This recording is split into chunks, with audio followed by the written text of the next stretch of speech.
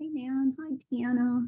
And Beth and Elsie and Elizabeth and Kathy and Renee and Sly. Okay, we've got a whole bunch of people signing on. Yay. Hope you guys are doing good.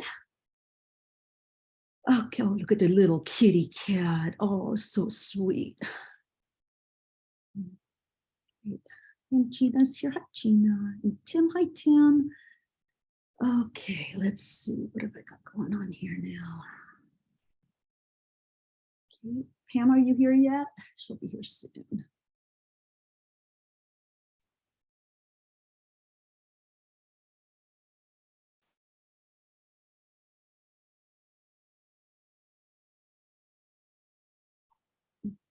I'll be right back.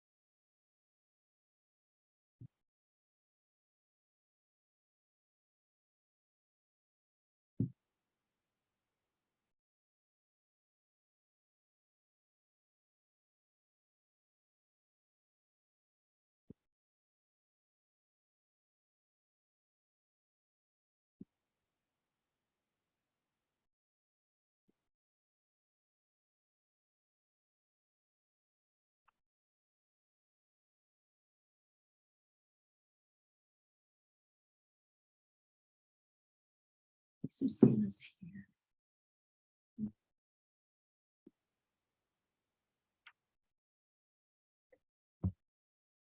Hi, Zena. Hey, Pam, there you are. I was like, where is she? Where is she? How you doing? Good. How are you? I'm doing good. I hope everybody else is doing really good too. Let's see. Let's see. Hello, everybody.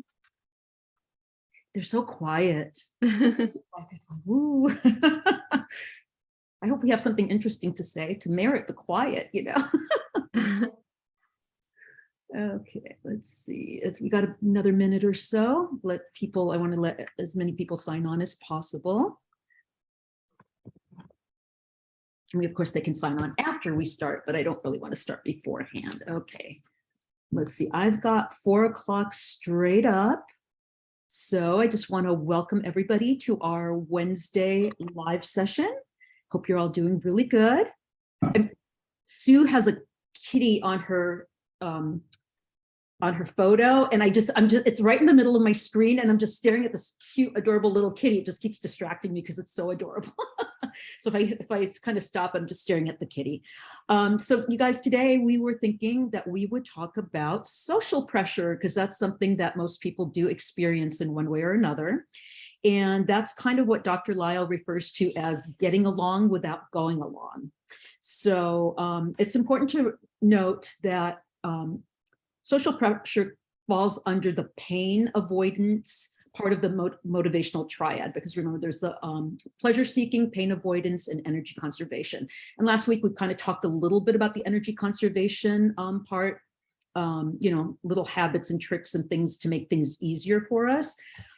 So today we're going to talk a little bit about the pain avoidance part, but pain can be described two ways. Humans experience pain, either physical pain or emotional, psychological pain. So social pressure obviously is the psychological pain, and psychological pain can be things like loneliness, embarrassment, guilt, things like that. And those kinds of things are forces that will motivate people to alter their relationship to their social environment, meaning that it makes us susceptible to social pressure, because nobody likes to feel different or at odds with their peers. And because we want others to think well of us and feel good towards us. And that's all fine, if we're trying to get along with our social group. It becomes a problem when something called integrity comes into play. And integrity in this case is kind of referring to, it's with respect to behavior. It means when somebody's behavior follows their highest values, they're behaving with integrity, right? They're following integrity.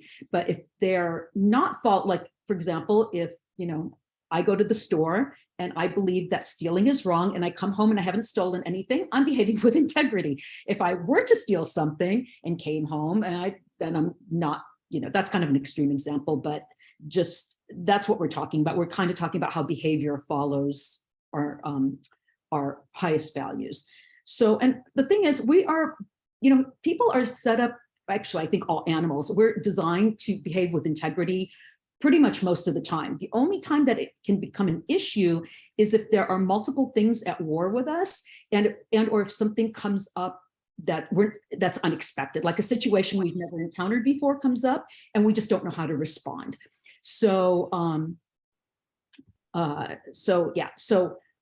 if that causes us to act against our values, then we can have an issue. And because since our social group is kind of our village, and in ancient times, our village was really key to our survival. And it's important to note that even though we're not living in ancient times, we're still hardwired to respond to that the same exact way.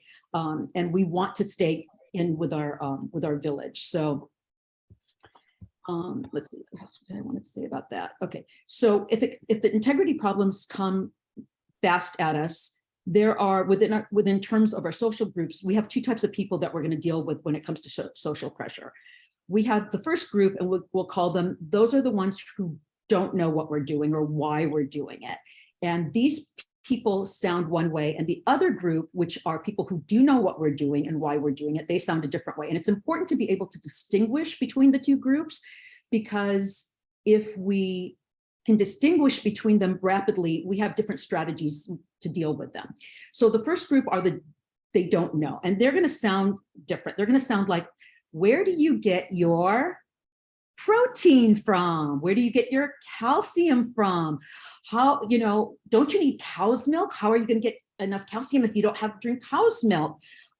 Everything in moderation is healthy. That's what these guys sound like. Or they can say things like, my doctor says keto is the way to go. Keto is good and carbs are bad. So that's what they sound like. So for that group of people, we're going to use one set of strategies.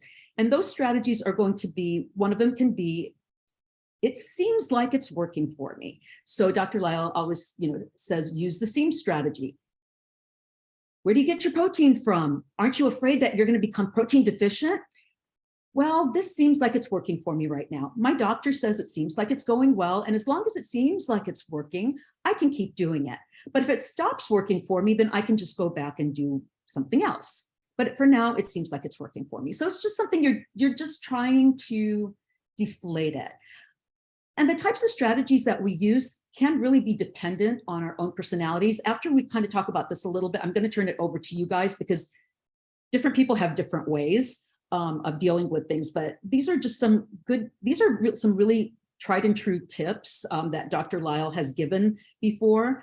And then the other thing that you can say to people is, well, I'm just trying to get in more. I'm trying to get in more fruits and vegetables. I just want to get more vitamins and minerals in. Fruits and veggies are full of vitamins and minerals. I'm just trying to get more of those in. I'm just trying to eat more whole foods. You can say things like that. That's non-threatening. You know, if you start saying things like, well, this doctor says this is bad and take that away and take this is no good and this, and people kind of freak out because their Stone Age mind wants more. They want more things, more and more and more. And if you say, no, less is better, their Stone Age mind goes, blah, they freak out. So that's a good way of doing it. You can also try I'm just trying an experiment right now. I'm just doing this for a week. I'm just doing it for 30 days. And if this experiment doesn't work, I'm going to do something completely different. And then they might say to you, well, that's okay for you, but I could never do that. And then you say, well, that's okay. It's probably not for everybody. So now, if you're somebody who is more like a Dr. Goldhammer or Dr. McDougall, you might want to come out and say to them, well, I just don't want to be fat and sick and die. You know, I mean, and you can say that. And that strategy can work for some people, depending on who you're talking to and what your relationship is with these people. And if you want them to stay around you, or if you want, I mean, I've tried that before. And in a way, it's good because a lot of people didn't talk to me anymore. So if you want to get rid of people, that's a really good way to go. But if you want to, you know, if you're a more agreeable person and you just want to kind of take a gentler approach, and if you also, it's important to know, if you use these kinds of things, you get them to quiet down pretty fast. If you argue with people, they keep coming back at you because they don't want to lose. You know, nobody likes to lose an argument. So if you say, well, I get my protein from where gorillas and elephants get their protein, they could come back at you and say, well, I'd rather get my protein where lions and tigers get their protein from because elephants are big and fat. Do you want to be a big fat elephant? You know, I mean, and this can escalate, right? So, you know, use what approach works for you, but those are just some thoughts to bear in mind. Then the second group of people are the ones who know what we're doing. These are probably most of the people we're going to deal with a lot of the time. It's going to be family members, close friends, people who know our situation. They might know what our health is like. They might know what we're, you know, why we're trying to do it. These might be people who've even read some of the, you know, they might have read Dr. McDougall's books or Dr. Furman's book, or they might have seen, you know, Forks Over Knives, or read, you know, Dr. Campbell, you know, the China Study, or Dr. Esselstyn's books. They might have read some of the stuff. They might have seen Forks Over Knives. They might have seen What the Health, some of the documentaries with us. They know, they get it. They might even agree with us to a large extent. But the problem is they can't do it themselves. They're struggling. They are in the pleasure trap, and they see us doing well or trying our best to do well and get ourselves out of the situation. And they're afraid of losing status. Okay. So these people, they sound very different than the first group. They sound like, well, one bite isn't going to hurt you. They never tell you it's going to help you, but they'll tell you it won't hurt you. I made it just for you. This is your favorite, and I made this just for you. Won't you just take a single bite to please me? You're no fun anymore. You're boring now. Aren't you taking this health thing a little too far? So for them, what we want to do is we want to try to give them some status back. We want to say things to them that help build them up. We're not trying to lie to them. You know, we can compliment, oh, I like did you get a haircut? It looks really nice. It's very flattering. I love your new dress. Did you remodel your, you know, did you rearrange your furniture in your living room? It looks great. That color looks wonderful on you. How's your job going? I know you've got so much to handle and you're so good at doing your job. We're building them up. We're giving them status. And at the same time, we can take status away from ourselves. Oh, you know, I didn't even finish reading that book. I only read the first chapter. You know, you're basically saying, I'm kind of a flake. You know, it's like, I didn't even read the whole thing. I don't know if this is going to be for me long-term. I'm just trying to do the best that I can right now. And that's kind of what we want to do. With those people, when they're saying things like, have a bite, it's not going to hurt you. We can say, you know, looks wonderful. I'll have some later. Not right now. I'm kind of on this healthy kick. I just want to see if I can take it till the end of the week. We can just say things like that just to kind of diffuse the situation. So those are just some top line ideas, just top line thoughts for people to kind of take in and think about. And I want to kind of get you guys, talking about what your experiences are, because some people really struggle with this stuff, and maybe as a group, we could help you find some answers, because other people have probably heard the same thing or something very similar, and they can respond back, with some ideas of what you might do. Pam, I know you were telling me some things that you've experienced, and I think even fairly recently, that people say to you. Can you maybe kick this off? Yeah, I'll kick it off with one at least, and then I'll add in some more later maybe. But so one of them, one social pressure I remember, especially in the beginning, and then I still even face it now, is, are you going to eat all that? So, because I'm a volume eater and I eat large volumes of food, but I understand calorie density, and most of the people I'm around don't. But my direct my close family members do, and my close extended family members, but and now my coworkers do. But when I first started, people didn't. So that was a social pressure I faced, and sometimes still face. But I, as you were talking, Zena, I was trying to think, like, well, what's my simple strategy to diffuse that? And and most people don't come at me like, they actually seem impressed, and they recognize that I'm eating healthy food. And so it's not in a derogatory way, but so they're probably coming at it from, they understand, that it's healthy and good choices. But it makes me stand out. And I guess that's the other social pressure is, is my personality. I never like to just stand out. I didn't want to stand out in the crowd. And even in my 16-year-old son, I see that in his personality, like he doesn't want to stand out. And so I don't want to be different. And but I am the way I eat. So it does appear different. But I don't know, the simple strategy I use to diffuse it. I think people just recognize it, and then they're usually impressed. And then I've gotten to where I think now that I'm more confident with it. And I think that that I actually sort of sometimes like it now, that I can impress people with how much I eat. And I think I've learned acceptance over time. Is how I've learned to work with that social pressure. Yeah, I think you bring up a really good point. And I think this kind of speaks a little bit to that integrity thing that I've heard Dr. Lyle talk about before.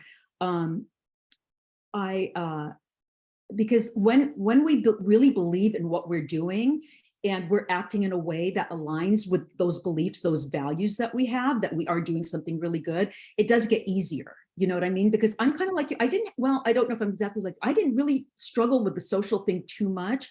I was in the beginning very belligerent about it because people were coming at me, but I was like, I knew what I was doing. I had all the information. I would come back. I was pulling a Dr. McDougall on them all the time, and they wanted to kind of they'd leave me alone, because they're like going, she's just going to start, she's going to just start in on us. So that was one way. But now, like looking back at it, I think I could have made things easier for them and for myself had I been a little bit more, like if I had tried to diffuse it a little bit more. So I think that's really interesting that you've become more comfortable with it. And now you're kind of proud of yourself. It's like, yeah, look at all this cool food I get to eat. So that's a good way of looking at. Now, did you have something, you had something else that you were telling me earlier, and I'm drawing a blank on it. Did you have another example that you were going to share, or? No, I did. Did I say another one? I sworn you did, but that's okay. We can. How about other people? I might come up with it. Yeah. Does anybody else have something that they've dealt with in the past or are currently dealing with that is, has been problematic, or have you had a situation that you dealt with and you were really happy with the way you dealt with it, that you could share with the group, and because we could learn from what you did? Anybody? Either unmute yourself or raise your hand and I'll call on you. I don't see anybody. Anybody? Anybody? Danielle had a share in the chat. Do you want to talk to that, Danielle? Or should we just read your comment? Here's her comment. So she's Okay, that's a great one. Okay, so yeah, go ahead. Do you want to read it, Pam? Oh, she can't unmute. Okay. So Danielle said, it's recommended to tell people in advance about this way of eating. I think and she's why. asking, is it recommended? Is it Oh, recommended? is it recommended? I think so. Oh, sorry, Danielle. For me, it's largely about the health issues unrelated to weight. The weight loss is also part of it. I had friends make a special batch of vegan cookies just for me, and it was so awkward. Okay.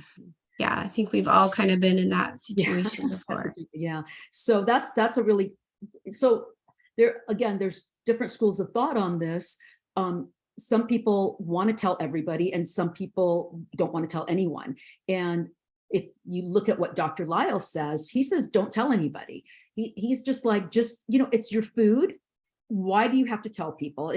You're just doing, you can use some of those strategies that we kind of just briefly covered. If somebody says, oh, why are you eating like this? It's like, I'm trying an experiment right now. I'm just trying to eat more, more whole foods, more fruits and vegetables, just so I can get more nutrients and minerals and vitamins and, antioxidants in, and that's all I'm doing. You don't have to like spell it out for them. It really depends a lot on your personality. If you want to engage with people and if you feel like you have the information down really well and you can share this information with somebody, then, by all means, there might be a person or two in your life that you want to do that with, and that's great.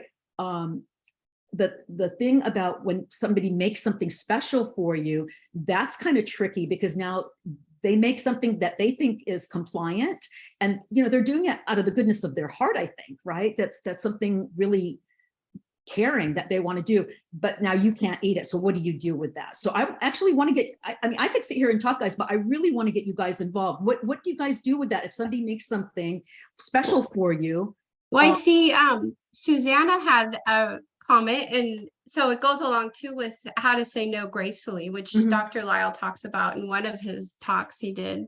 And so Susanna had a suggestion there for how to say no gracefully. So she gave one. Do you want to share that, Susanna? Sure. Yeah, I just said, thank you so much. That was so nice of you to make those for me. I'm so full. I had a huge dinner. Can I just take them home? Do you mind? And then usually I give them to my kids. That's what I did. I just started posting. I haven't finished it yet, but my 79-year-old mom made me a vegan cake a couple of months ago. And that was a lot of work for her. She found a recipe, she got the ingredients and she made it and she brought it over. And I really appreciated it. But you know what? My family doesn't eat compliant. So I had seriously a centimeter of it. So not when she was here, just so I could say it tasted really good. And then the rest of it, my family ate. And then I was staying compliant, right? Awesome. Yeah. And that's exactly right. Yeah. It's like using kindness and, it's like, this is not where I would pull a gold hammer and say, I don't want to eat that. I'm just going to end up fat and sick and die. I'm not going to say that to somebody who went to all the wonderful trouble that your 79-year-old mom did that for you. It's like, no, you treat it with kindness. And that's what, that's the perfect response to something like that. I want to go back. Yeah. So along that line, other ways, and we can maybe pull from the group too, if we run out of things, but just you already kind of suggested it, Zena, and then with the way Susanna said it, but not now, maybe later. I think you even said that, Zena. Yeah. It looks great, but I'm trying to experiment. You said that. I won't be having any right now, but I'll take a portion to go, or I'll take it home, like Susanna said, or yeah. So those are just some ways gracefully to say no. Right. Yeah. What other situations have people had, or Danielle, I understand that you can't unmute, so that's fine. You can type some more if you have other questions in there. As what you were saying, for you, it's largely about health-related issues, but some weight loss also. I mean, I guess I guess if it's close family members who know your health issues, you can talk to, you can talk to them about it. And again, it's like with people like that, you can be, I'm doing this for myself. I'm trying it as an experiment. I don't know if I'm going to be able to do this or not. I just want to see how it goes. And you're not, what you don't want to do is you don't want to kind of like say, oh, you're here and I'm going to be up here above you. You want to keep them, you want to keep it here by going, well, I've tried diets before and I haven't done so well. So I don't know how if I'm going to succeed with this. You're trying to just maybe even be a little bit below them so they don't feel threatened by what you're doing, So, and if they're not close to you, I don't know why you would need to tell them. With things like that, then it does create other issues because like if you don't tell somebody and they expect you to eat, you have to have strategies prepared for that, like eating beforehand, and then you'd say, oh, I'm so sorry, I had a really late lunch and I'm still not hungry for dinner yet, because I had a really big late lunch, and you have to kind of diffuse that. Or I have a doctor's appointment tomorrow and I'm fasting right now, whatever. You can, if you feel comfortable making up things, fine. If you don't feel comfortable making up things, eat beforehand. You do have it, like you say one thing, but it can then cause you to need to think of other things, how you're going to handle situations. So the best way, I think, is just to be short and sweet. And, AJ always says, no is a full sentence. It's like, I think, no, thank you. I like, no, thank you is a complete sentence, right? Like we can say it with kindness. So, but yeah, Danielle, if you have any other questions, or just, is there anything else in in the chat in here? I don't think from Danielle, but there was another one. Oh, you know what? Yvonne's got her hand up. So I'm going to ask Yvonne to unmute. Okay. I'm just going to say that over the summer, I've gone to quite a few barbecues where I know a small number of people at the barbecue, but there's lots of people I don't know. So I just bring my own food, and whoever is doing the barbecue. So like if they're doing hot dogs, I bring carrot dogs. And if they're doing burgers, I bring black bean burgers. And I just say, oh, could you cook these for me? And then I just very discreetly, when we're at the table, take out the rest of my food. And so I've eaten whole meals where people really haven't even noticed. That's So, great. That's so perfect. sometimes the only person who knows I'm eating sort of differently is just the person that's doing the barbecue part, and then you're going up to the barbecue the same everybody else is. And so I find it just easier to sort of bring all my own food, and then it doesn't really matter what they're serving. That's right. That's a perfect strategy. Let me ask you this, Yvonne. Has anybody, like the person barbecuing, have they ever said to you, well, why are you having this? Did they ever ask you, or they didn't? They say Nope. it doesn't come up, right? Nope. That's Because when I great. put on the carrot dogs, and because the person who's barbecuing, like these are fairly large barbecues, they're like pretty busy. So I'm just adding to their thing, and they really don't have time, and no, they don't ask. That's great. That's perfect. Perfect strategy. Yeah, that's great. And I try to be extremely discreet when I take my other, like I might take a salad or whatever my other food is, but I'm like really discreet. It's kind of under the table, and then it's in my plate, and that's the end of it. Yeah. And you know what? I think what happens is we're always worried about what people are going to think about what we're doing. But honestly, they're probably worried about what we think of them, what everybody else thinks of them. And people aren't usually as interested in us as we might think they might be, right? It's like, oh, everybody's going to notice that I'm doing something different. And a lot of times, no, a lot of the times that I've worried the most are the times where nothing even happens. So that's a great strategy. Good job. Excellent. I see Angela's got her hand up. Hi, Angela. Hi, thank you for calling on me. It's a little peculiar situation, but it has unfortunately not gone very well since. I had I have a dear friend, and she's also Whole Food Plant exclusive, but I was clear with her. She had wanted to visit with me, and I was very clear with her that I don't go to restaurants. And the last time that I went to a restaurant, the restaurant lied to me, and I was a regular patron there. And they told me there was no salt in their food. Nothing. Well, it was my fault because apparently I didn't ask the proper wording, and it was a semantics game that they played. It turned out that after I ate the food, it was very simple. It was a salad, some quinoa and beans. That was it. And but what had happened is when I came home, this was shortly after I did my water fast with Dr. Sabatino, just before the pandemic. And so I came home and I blew up. I mean, I blew up my ankles, my calves, my quads, right in front of her, because she was here and she was like, oh my God. It was like my body was exploding. I called Dr. Sabatino and he said, yeah, they put salt in the food. And I'm like, but they said no. So I went back and I said, look, this is what you said. Well, I had to ask the question, did you prepare the food with salt? Because it came in prepared with salt. So be that as it may. Now to bring you up to date. So not too long ago, this very dear friend wanted to visit me, go to restaurants. I don't go to restaurants because of this issue. I just don't.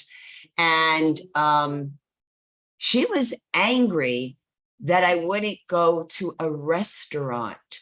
Now, I have the most stunning backyard in the world. It's 2 blocks. I'm 2 blocks from Miami Beach. And I had made the offer of, why don't we just picnic on the beach, you know? And this was for several months ago, and this has been going on this long. And she was so angry and said, I'm not coming, because she felt that I was putting my health before her visit, which is blowing my mind because she is a health practitioner. So what would you do? Because basically we're at the point where there's very little friendship remaining. I cannot put anybody before my health, not even my 90-year-old mother. What would you do? Because she took it in anger. I gave it in, hey, I'm looking forward to seeing you, but I can't do restaurants. However, let's go picnic. And we used to picnic when I lived up in New York and stuff. So this is why I just thought it might be, you know, sweet, but it wasn't received that way. Yeah. That's And too bad. it is too bad. And it's sad because friendship is really riding on this. Does anybody, I mean, I can tell you what I would do, but I'd like to hear from other people. I would. I would love to hear from you and anybody else. Okay. All right. Well, okay. I guess it depends on how. So one thing that I might have said to her was, I'm happy to go with you to a restaurant, but I will not eat there. And I would have eaten beforehand if that was acceptable to her. And if it wasn't, then she just wants me to go along with her and eat with her. And I'm sorry, I can't. And I agree with you. You've shared with me some of your health issues, and I understand why you make that statement. And you cannot put your health before anybody else, because it's a very serious thing for you, Angela. So I think you did the right thing. At this point where she's angry, and I think you did the right thing, because you made an offer. It's like, we can just picnic here. You could have had her, if you want to go to a restaurant and pick up food, have food delivered here, and we could have it on the, Yeah.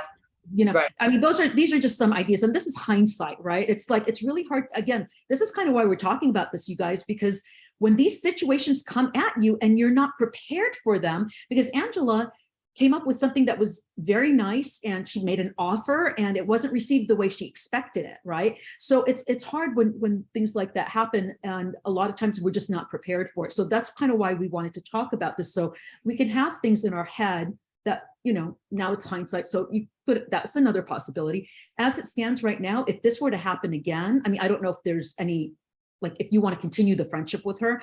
For me, it's like, I've had a few friends that, the friendship petered out. And I had to weigh it, like, when there were more negatives than positives in the relationship, I had to let it go.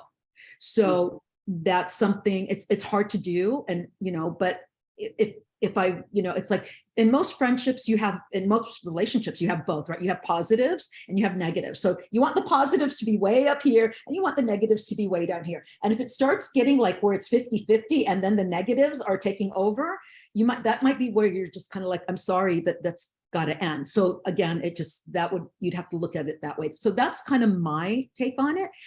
Does I anybody else have- appreciate that because I also did make the offer of that, I'm happy to go pick up the food for you and let's go elsewhere. She was insistent upon eating in that restaurant with me. And then unfortunately turned around and said, well, then if you're not going to do it, I think I'll go on vacation to somebody else.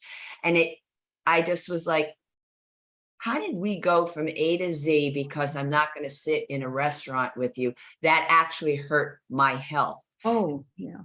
I was being forthcoming with them. Hey, about the salt. No, they just lied for the money.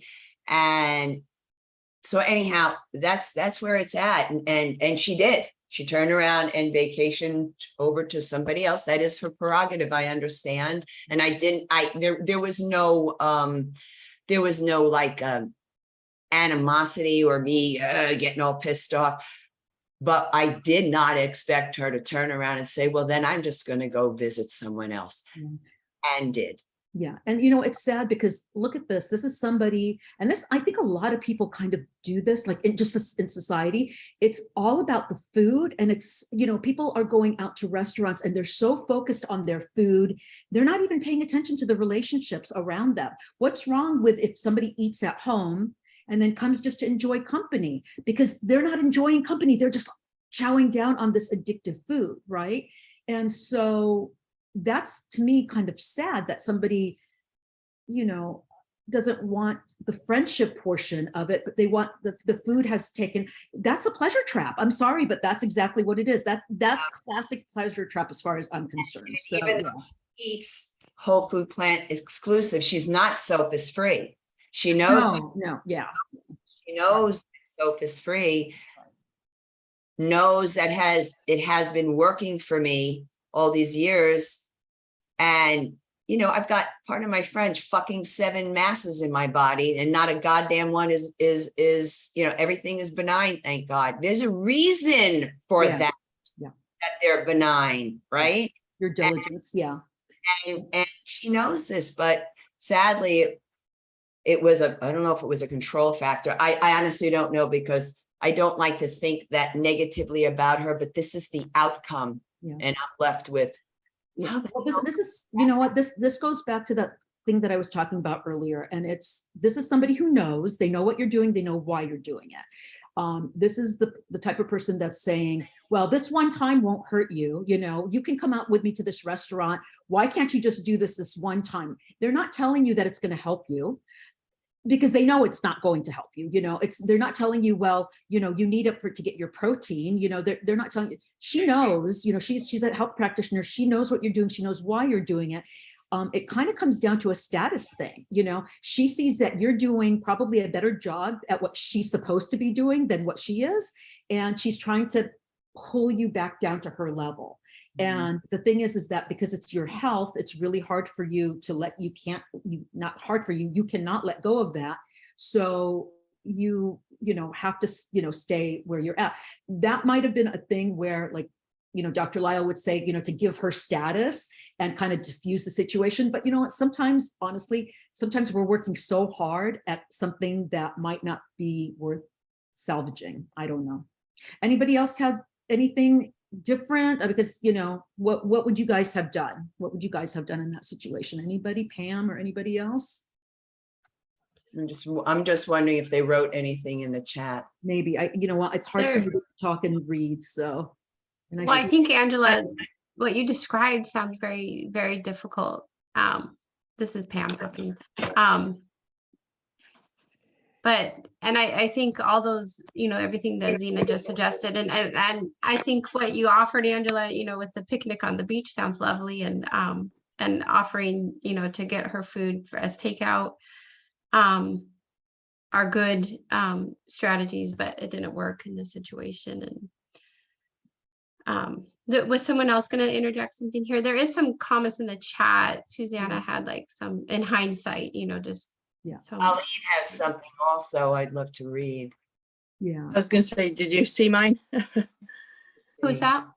Colleen, Colleen. I have a question here from Teresa, and I don't want to scroll Have I down because asked I her, don't want like, to lose isn't it. my health important to you, or, Yeah. anything on that idea, like, put it on her, Yeah. and see what she says, because you can tell her my health is important to me. Isn't it to you? Isn't my health important to you? I mean, she saw it, Colleen. I mean, she saw my body. I know sometimes it's the like the verbal, not just Yeah. physical. I did not ask that question. And not that you want to get, you don't want to lose her as a friend, like you say, over this, but maybe the friendship to you isn't as important as it is to you. Yeah, I'm just looking at it from the perspective of, because I'm Italian and I can go so flying, and so she. Right. Right. So I'm like, well, it's a time off for a while. Time out for a while. That's how I'm looking at it. That's a good way to look at it. And I appreciate this, Colleen, what you brought up. It's a good question. Thank you very much. I appreciate it. Yeah. That is a good question. Does That's she live there in that's a Miami fair with you? question. I'm sorry. Does she live there in Miami with you, or is she still in New York? She's in New York. Oh, You might want to let her make the next move, and like you said, Yeah. you're on a timeout. You might want to have her make the next move, and maybe have a fair have a conversation with her and say, if this is going to become a problem, then maybe we're just email friends or phone friends or something, and we don't get together. Wow. I mean, we have friends, like, everybody there's different levels of friends. Maybe you're not friends that get together. So I see some hands up. I don't know whose hand up, was up first. Was it Kathy? Kathy, was it you? Okay, go ahead, Kathy. I'm just sort of reiterating what I put in the chat, and that is just for kind of reframing it a little bit for you, Angela, is that in my mind, it would be like if you were an alcoholic and your friend wouldn't understand that you wouldn't go to a bar with her. So, I mean, it's that serious of an issue, and especially since she witnessed it, that can kind of help release that and just let go, and you each can forgive one another or something. But it's so critical to your health, just like it would be for an alcoholic not to go to a bar to have drinks all around them. So it was just kind of a shift in that. That's all. Absolutely. That's Thank you. excellent, Kathy. Excellent. Yeah. Great point. Thank you. And Daria, you want to unmute? I lost my video here. Can you hear me? Yeah, we can hear you. Okay, I'm new. I'm joining tonight for the first time, Welcome. and thank you. So I'm a therapist, so there's some things that have, you just want to use kind of I statements. I feel upset that this is important to me, and but don't put her down. Just find out why she's really angry. I mean, is it a control that you're telling her she can't choose where you want to go? Maybe you can say choose an activity she would love, and can choose where you go. That's a non-food activity too. And I can tell you, I've lost a couple eating buddies because I realized that's exactly what they were. And 2 days before Christmas last year, after going out, at least a couple times a month with them, they said I wasn't invited to Christmas dinner because I had turned them down several times before to go out to eat. And they were just uncomfortable because they wanted all their bread and oil, and another person get in the way. So I understand that, and that's just something you have to kind of give up over time. Well, appreciate it, Daria. Thank you so much. I really appreciate this, folks. Thank you all so very much. Tracy, I love what Tracy wrote. Great. I can't scroll down because I'm going to lose the next question. So if you want to read anything out, or if anybody wrote a comment that they want to say, I want to share what Tracy wrote, if I might. Angela, friend needs a come to Jesus meeting for real. Thank That's it. You might have to do that. Absolutely. Great. Okay. Thank you so much, everybody. Okay, there's a question here from Teresa, and if I skip some questions, I'm sorry, because I'm like, it's hard to kind of bounce back and forth between the chat and the live. So question from Teresa says, how do you answer the well-meaning person who says, you have to eat meat occasionally so you don't have a bad reaction if you accidentally eat some in a recipe? How would you guys handle that?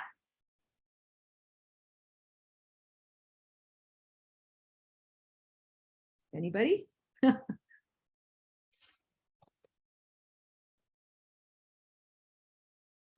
Personally, I think what I would say is I am, oh, is that somebody saying something? Well, after you go, I could go. No, go ahead. Go ahead. Oh, I was just gonna say that that's not gonna happen because I'm an ethical vegan. So I'm gonna make darn sure there's no dead animals in what I eat. That's, yep. I mean, I might say it a little nicer,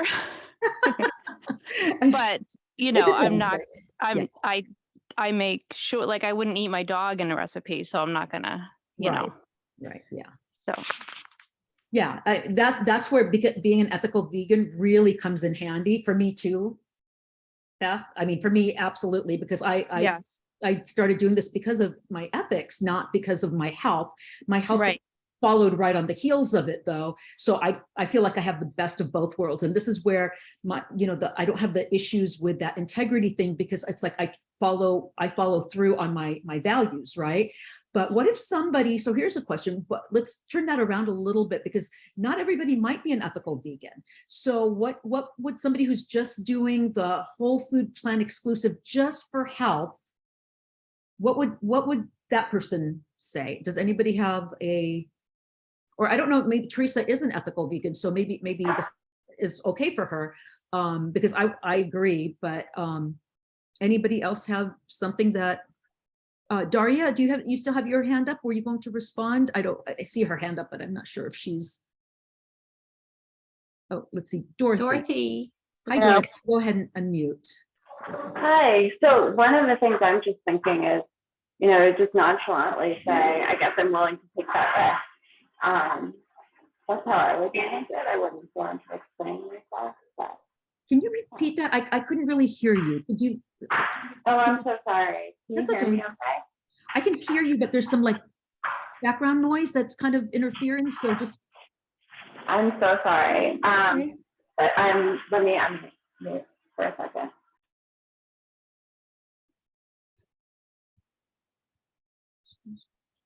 So I would just nonchalantly say, you know, I guess I'm willing to take that risk and kind of change the topic. I wouldn't really, you know, say more about it, but that's just me. That's great. Yeah, absolutely. Because that's kind of like taking that really short, sweet answer and not expanding on it, right? Because if you just said, yeah, I don't think that's going to be an issue for me. I'll take that risk if I have to, but I'm pretty careful and just let it go. Yeah. Fair enough. Absolutely. Wonderful. Tracy. Yeah, I would say the same thing. I would add to it, but I appreciate your concern for my health. That was really kind of you to point that out, but I love it. I'm good. I'm careful with my food, and the worst that's going to happen is, yeah, my stomach's going to be upset for a few days. Right. There you go. Thanks. Yeah, absolutely. So those are different answers depending on, you know, where you are, right? If you're an ethical vegan, you can just say, yeah, I always check recipes because I don't eat any animal products, and just, but I love that. But thank you for your concern. That's wonderful. I love that. Or you just, you know, say, yeah, I'll take the risk, or I don't think that's going to happen, but I appreciate your concern, and let it go. You know, those are all fair answers. Great. Teresa, I hope that helped. Let's see. Okay. Is there, oh, what? It's not letting me scroll down. Pam, did you see any other questions in here? Or comments that we could, let's see. Dorothy, do you still have your hand up? Did you have something that you wanted to add or to ask or to share? No, I'm sorry. Oh, no, that's okay. That's okay. I just never know. Sometimes the hand is still up and people, sometimes they go and they raise their hand again because they have something else that they want to contribute. So I just want to make sure. So it's no problem. Okay. Yeah, so I'm scrolling through the feed, the chat here, there's a lot of comments to Angela's, and then there was some comments from Lori Tiger Lily that I'm trying to see. Lori, are you here? Did you have something to add, like a situation or a story? Yeah, sometimes when it's all typed in, it's really hard for us to get through all the, feed. So if you guys are willing to, you don't even have to come on camera. You can just unmute yourselves, raise your hand, or just unmute yourselves, and it's really helpful if you can, because that's what we want to do. We want to hear your voices. We want to see your. Okay, let's see, Linda. Hi, Linda. Ask her to unmute. Hi. Hi. I have a question. I don't have a comment on the previous things. That's okay. Go ahead. And what it is my sister and I, we both have diabetes. And one of the good things is we live in different countries. So this was our correspondences by email. But recently she's been put on insulin. And she's been sending me these things like, low carb, and you need to count your carbs. And she knows what I'm doing, kind of, because she's read some things, years ago, like decades ago. And one of the problems I have is I started this before, like a few years ago, but then I kind of fell off and now I'm back on. So I feel like I don't really have the proof yet in my life to say anything. But I'm just kind of curious if anyone has any advice of how to deal with those things. Because like I said, she knows this, and I even sent her some of the, Chef AJ videos and things that I know, like without a comment, without saying you need to read, or just like, if you're interested, have a look at this. But I'm wondering how to deal with that, because like I said, I don't really have the proof yet that this is working. Yeah. And I don't know how to deal with her comments. She's like, well, you're probably eating too much brown rice. And I'm thinking, Yeah, so does anyone have any kind of experience or advice on that? Anybody? Karen, I saw Karen raise her hand. Karen, you want to? Because I am also a type 2 diabetic who has defeated diabetes by eating this way, for me, I would simply say, I'm giving this a shot right now. I'm seeing if this works, because I haven't figured out what I want to do yet. That's one of those times where that works really well. And then as the numbers start coming down, then you can say, well, it is working for me, and I'm going to keep doing this until it quits working. Mm-hmm. Exactly. Yeah, that's perfect. It's a beautiful example, Karen. Yeah, that's really, that's perfect. It's very succinct. And, it's kind of like that. I'm trying an experiment, because Linda, what you were saying was that you've tried things before and they haven't worked, and you're kind of in this right now, but you haven't gotten the results as of yet. So, and hopefully you'll get them soon. I was a type 2 diabetic myself. I'm no longer type 2 diabetic. But like Karen and I, we have the proof, right? So you're still waiting for the proof, which is fine, because for some people it takes longer. But exactly like what, Karen said, it's just really easy. You can say, you could be honest with her. Hey, I've tried things before. Some haven't worked the way I hoped. I'm doing this right now. This is an experiment. And exactly what Karen was saying. It's like, I'll see how it goes. And if it goes well, great. If it doesn't go so well, then I'll try something else and just, leave it at that. I mean, does that sound something doable, or? Yeah, it does. The other thing she asked me is about testing. Like now she's doing testing in the morning and then 2 hours after. And she's asking me, why aren't you testing? You need to test yourself 2 hours after you eat to see what your blood sugar is. And yeah, I don't know, it's just weird. But you know what, by the way, Zena, last night I did watch your interview with Chef AJ for the addiction thing. That was so inspiring to me. Oh, because thank I felt you. like I'm kind of like similar in some ways. And I was so inspired, to be honest, how you said it wasn't a straight line. Oh God, no. Thank you so much for that interview. Like a roller coaster. Or I noticed you got off the metformin. So yes, Yeah. that was very encouraging to me. Yeah. Oh, great. I'm so, well, thank you for that. I'm so glad if it helped a little bit. So I'm so glad to hear that. Thank you so much for watching it and for saying that. Linda, I wanted to add in the chat, Susanna, brought up the suggestions of certain plant-based folks, that are a benefit, maybe a benefit to you. I don't know if you're familiar with them, but Dr. Neil Bernard and Mastering Diabetes, Cyrus and Robbie. Have you Yeah, looked at much? familiar with them. Yeah. Cyrus and Robbie, Mastering Diabetes, I don't know if you're on social media, like Instagram or anything, but they and Facebook, but they do really good, like little bites of information. So that would be perfect to maybe kind of read some of those and kind of grab them, and then you could say them back, and they'll have just little bite-sized information. It's Instagram, sentences. So it's easy to like, kind of like the example Zena's been suggesting, to kind of diffuse the question and then a response. But that might give you some quick responses, and be confident in, when you read all this information and you learn it all, how this can be a benefit to you and help you. Absolutely. And another thing that comes to mind, first of all, I have never taken my blood sugar readings ever, even when I was diabetic. I never tested myself. My dad was type 2 diabetic as well. And I would go over to my parents' house, like on Sundays, for Sunday dinner or something.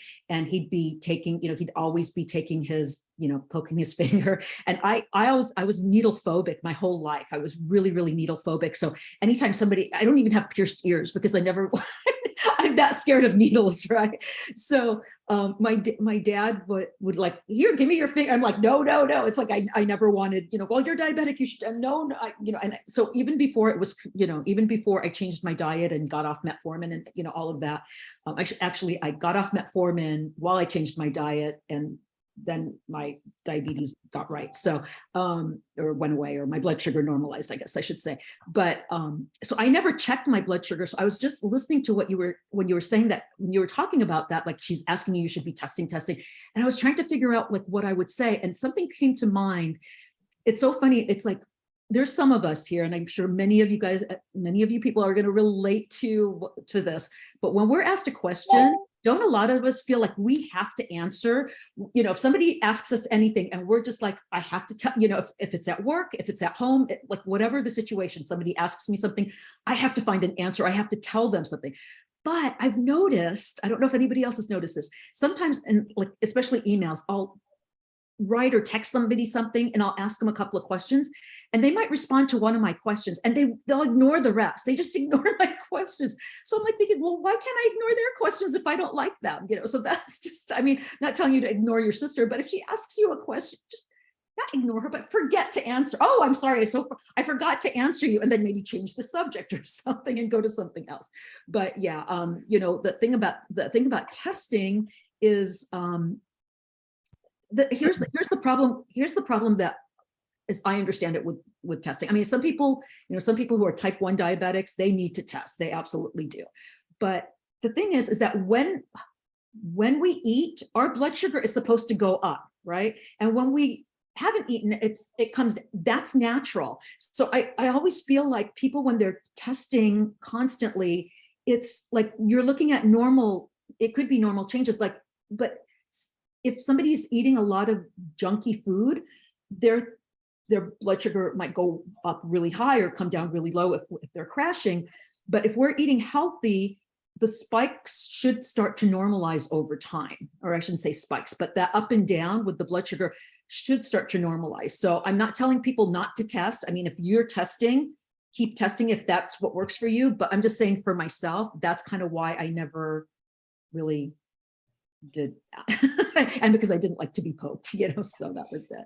I want to add a couple comments about Linda. So one, the problem though with these questions is that it would in me, and it sounds like maybe it's happening with Linda, but it makes you doubt, so you hear that and then you question it, like, well, is that the right thing to do? So it brings up doubt, which is unfortunate.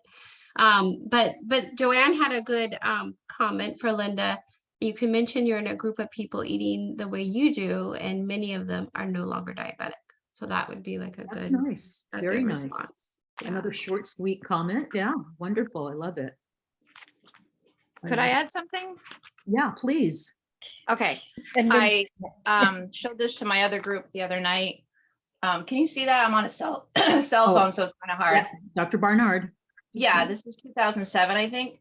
So maybe the person who asked the question, like if you get something like this and really kind of know the issues, like you could say, oh, you know, there's new research now that shows it's actually the fat that blocks the insulin from getting into the cells.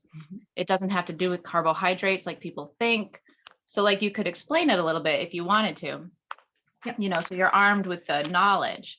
Right. Rather than just like, I mean, I do understand like, oh, I'm just trying this or whatever, but I think it's okay to educate people too, if you can.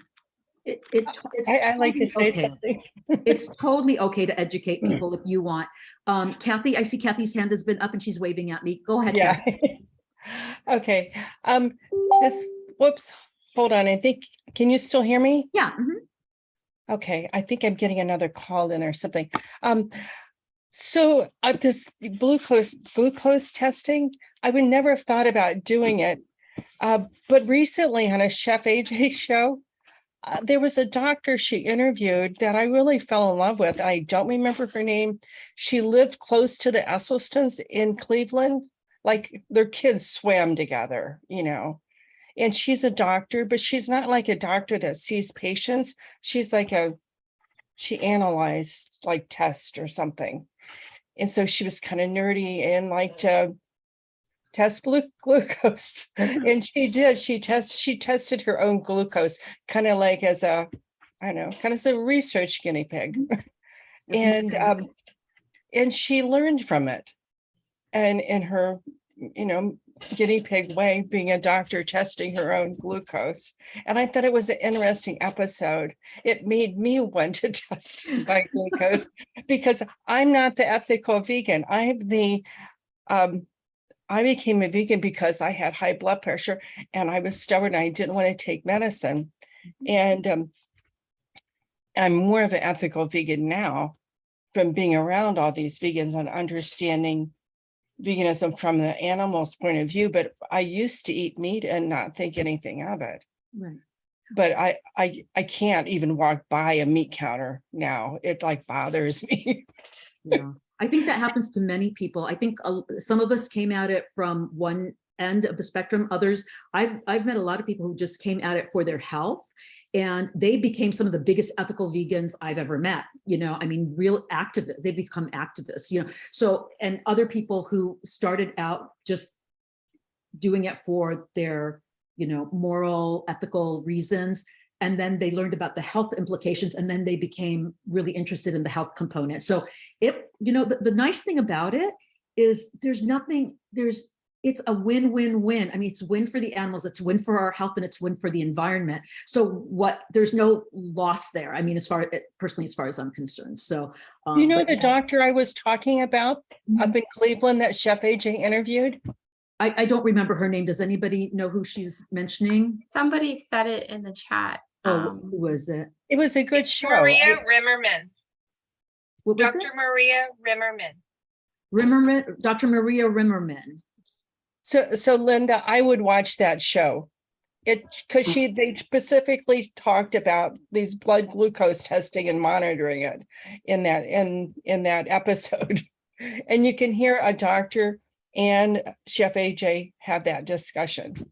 And you can do that like right after we get off, if you can find the episode. It was interesting. It made me want to do it. And I'm really, because just as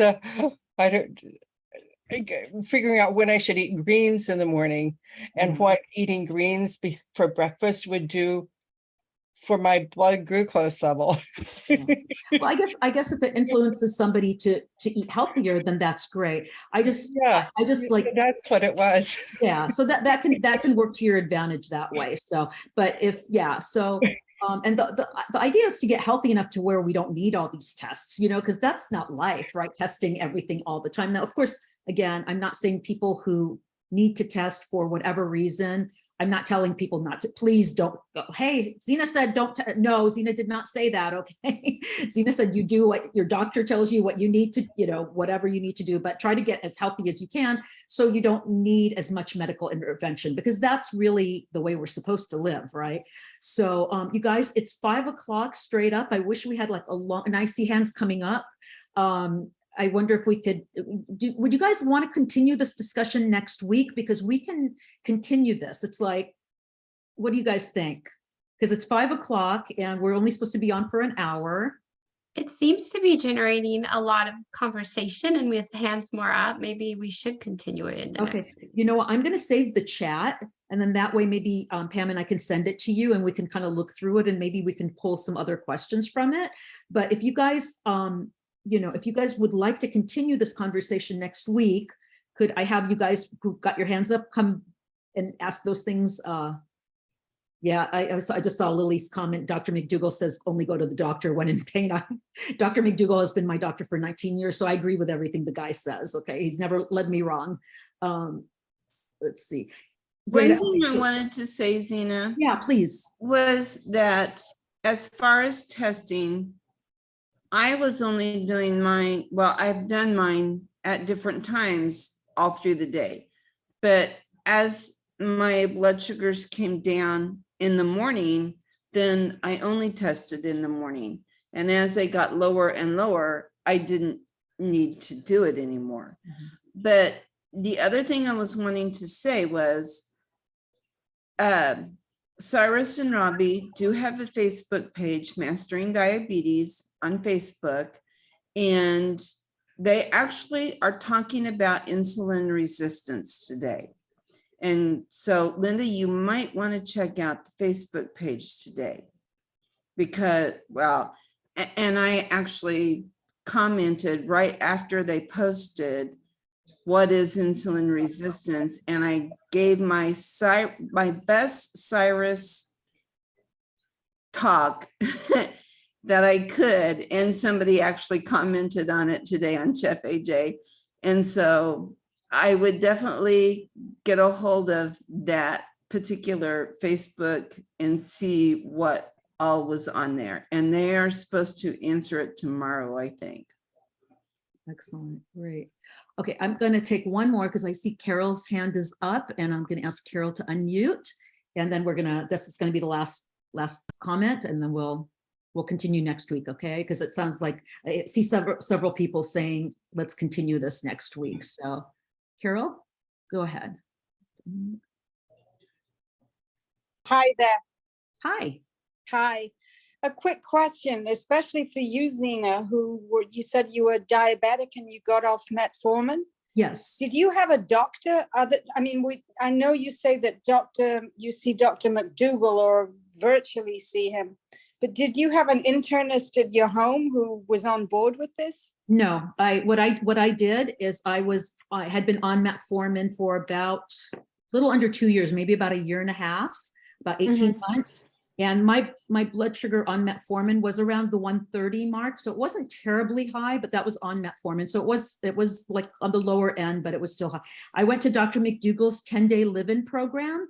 And on day 1, he took me off of 6 medications, and metformin was one of them. He took me off my nitroglycerin. He took me off 2 blood pressure medications. My blood pressure was running about 160 over 100 on 2 medications.